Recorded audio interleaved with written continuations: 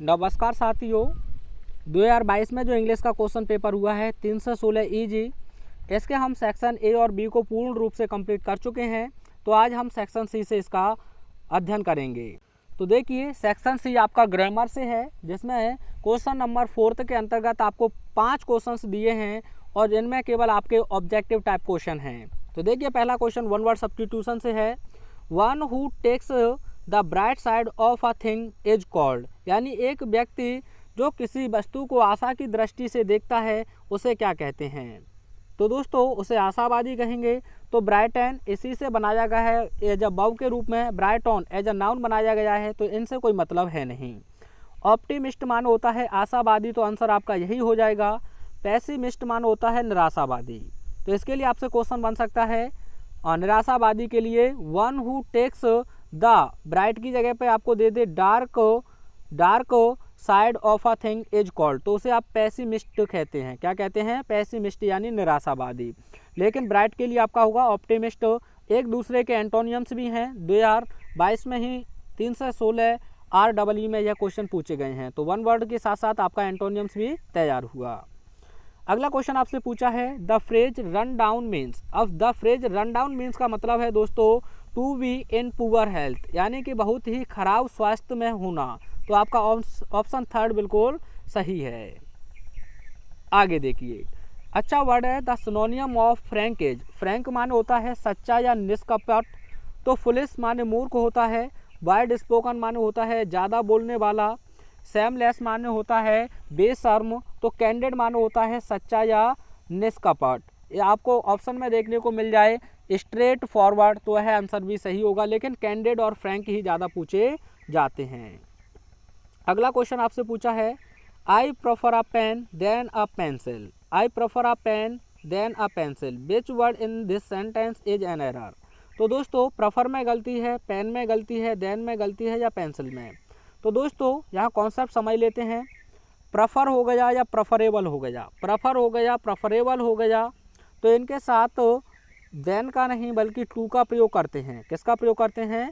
To का। तो आप गलती समझ चुके हैं, कहाँ गलती है? देन में। और क्या होते हैं सर? लैटिन जो एडजेक्टिव होते हैं IOR पर समाप्त होने वाले, जैसे सीनियर हो गया, जूनियर हो गया, तो इनके साथ भी आप देन का प्रयोग नहीं करेंगे। यहाँ से भी 2023 में परीक्षा में आपसे क्वेश्चन पूछा है, तो यहाँ आप लेके चलेंगे टू। क्या लेके चलेंगे? टू। ठीक है। अगला क्वेश्चन देखिए, the antonym of knowledge is. Knowledge माने होता है ज्ञान। तो एजुकेशन शिक्षा होता है। इनडिफरेंस अभिन्नता होती है। इग्नोरेंस यानी कि नज़रअंदाज करना, यह आपने द लास्ट लेसन में भी पढ़ा होगा। वहाँ आपको आया था एम हेमल ने पढ़ाई को नज़रअंदाज करने के लिए किसे दोषी ठहराया था। तो इग्नोरेंस आपका बिल्कुल सही हो जाएगा। नोइंग माने तो जानना होता है, तो आपका ऑप्शन नंबर थर्ड बिल्कुल सही है। अगला क्वेश्चन है आपका change any one of the following into indirect speech. किसी एक को आपको इनडायरेक्ट स्पीच में बदलना है। तो पहला क्वेश्चन है he said to me what did you do yesterday. तो इंट्रोगेटिव आपकी रिपोर्टेड स्पीच है, तो आप जानते हैं सब्जेक्ट लिखेंगे सेड हो या सेड टू, आप आस्क्ड का प्रयोग कर देंगे। उसके बाद ऑब्जेक्ट लिख देंगे मी। जो WH वर्ड है इसी को आप कंजंक्शन बना देंगे, तो व्हाट हो जाएगा। उसके बाद यू को मी से चेंज करेंगे तो आई हो जाएगा। डिड आपका पास्ट है, तो मोर पास्ट में ले जाते हैं, तो हैड प्लस थर्ड फॉर्म हो जाएगा, डू का डन हो जाएगा, और यस्टरडे का हो जाएगा the previous day. The previous day. तो आंसर क्या बनेगा दोस्तों आपका? He asked me what I had done the previous day. अगला question, he said to his friend good morning how are you. यह क्वेश्चन 2023 में भी रिपीट हुआ है। तो यहाँ तक देखें, आपका एक ऑप्टेटिव सेंटेंस है, तो जिसमें आपका अभिवादन किया है गुड मॉर्निंग कहकर, तो आप लिखेंगे ही, और सेड या सेड टू को आप बदल देते हैं विश्ड में, ही विश्ड। उसके बाद लिख देंगे हिज फ्रेंड, हिज फ्रेंड। आगे आप जोड़ देंगे गुड मॉर्निंग, गुड मॉर्निंग। ठीक है। अब दूसरा जो इसमें रिपोर्टेड स्पीच है वह है इंट्रोगेटिव, हाउ आर यू। तो आपको 3 शब्द याद रखने हैं, एंड से आगे जोड़ेंगे आप। अब इंट्रोगेटिव है तो आप आस्क्ड लिख देंगे। असर्टिव होता तो दोस्तों आप सैड लिख देते। उसके बाद WH वर्ड है तो यही कंजंक्शन हो जाएगा हाउ। उसके बाद यू को हिज फ्रेंड से चेंज करेंगे तो ही हो जाएगा। कोष्टक में चाहें तो हिज फ्रेंड लिख सकते हैं, और आर AJMR को वॉच वर्ड में ले जाते हैं तो हो जाएगा ही के अकॉर्डिंग वॉच। तो आंसर होगा he wished his friend good morning and asked how he was. आइए अगला क्वेश्चन देखिए। कंबाइन करना है किसी एक को, तो it must be done, the cost does not count. Simple बनाना है तो हिंदी में जोड़िए, इसे किसी भी कीमत पर किया जाना चाहिए। तो लिख दीजिए it must be done at any cost, at any cost. यह प्रपोजिशन का प्रयोग करके आपने सिंपल सेंटेंस बना दिया। It must be done at any cost, इसे किसी भी कीमत पर किया जाना चाहिए।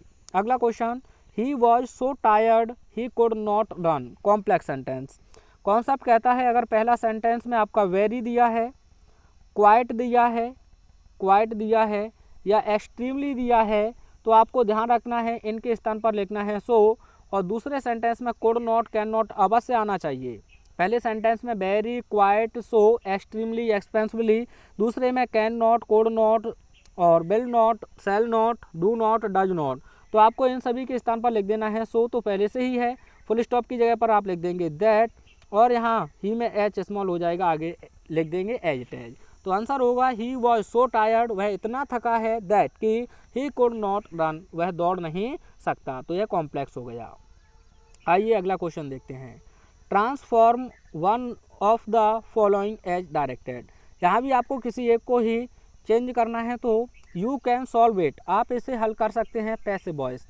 तो सबसे पहले आप इट लिखेंगे, यहाँ कैन ही रहेगा, कुड ना लिखें क्योंकि पैसिव है, इनडायरेक्ट में ऐसा करते हैं। अब आपका कैन हो गया, कुड हो गया, विल हो गया, सेल हो गया, मे हो गया, शुड हो गया। तो इनके पैसिव में थर्ड फॉर्म तो ठीक पहले बी का प्रयोग करते हैं, तो बी हो जाएगा। सॉल्व का थर्ड फॉर्म हो जाएगा सॉल्व्ड और बाई यू। तो ऐसे आप इसका आंसर बना देंगे। It can be solve by you, इसे आपके द्वारा किया जा सकता है। अगला question, their glory can never fade, उनकी शान कभी भी मुरझा नहीं सकती है। इंट्रोगेटिव। तो सबसे पहले आप कैन लिख लें, उसके बाद आप लिख देंगे देयर ग्लोरी, क्या लिख देंगे देयर ग्लोरी। अब नेवर को एवर में बदल देंगे, एवर फेड, यानी कि क्या उनकी जो ग्लोरी है, शान है, वह कभी मुरझा सकती है। तो इसका मतलब है कभी नहीं मुरझा सकती है। अगला क्वेश्चन है, करेक्ट करना है किसी एक को, तो I am tired in doing this. तो दोस्तों टायर्ड के साथ आप ऑफ का प्रयोग करते हैं, तो ऑफ रहेगा यहाँ। यह क्वेश्चन देख लीजिए, death is preferable than dishonour. Prefer हो गया, प्रेफरेबल हो गया, तो देन नहीं बल्कि टू का प्रयोग आप करेंगे। यहाँ आपके होमोफॉन्स हैं, तो इन्हें आप यूट्यूब पे सर्च कर लें, आपको 10 और इम्पोर्टेंट होमोफॉन्स देखने को मिल जाएंगे। हिंदी टू इंग्लिश जो पैसे ट्रांसलेशन आपसे पूछा है, आप पहला ही सेंटेंस सर्च करें, मुंशी प्रेमचंद एक महान साहित्यकार थे, तो आपको वीडियो देखने को मिल जाएगा। मिलता हूँ नेक्स्ट वीडियो में सेक्शन डी के साथ, तब तक देखते रहिए हरीश क्लासेज।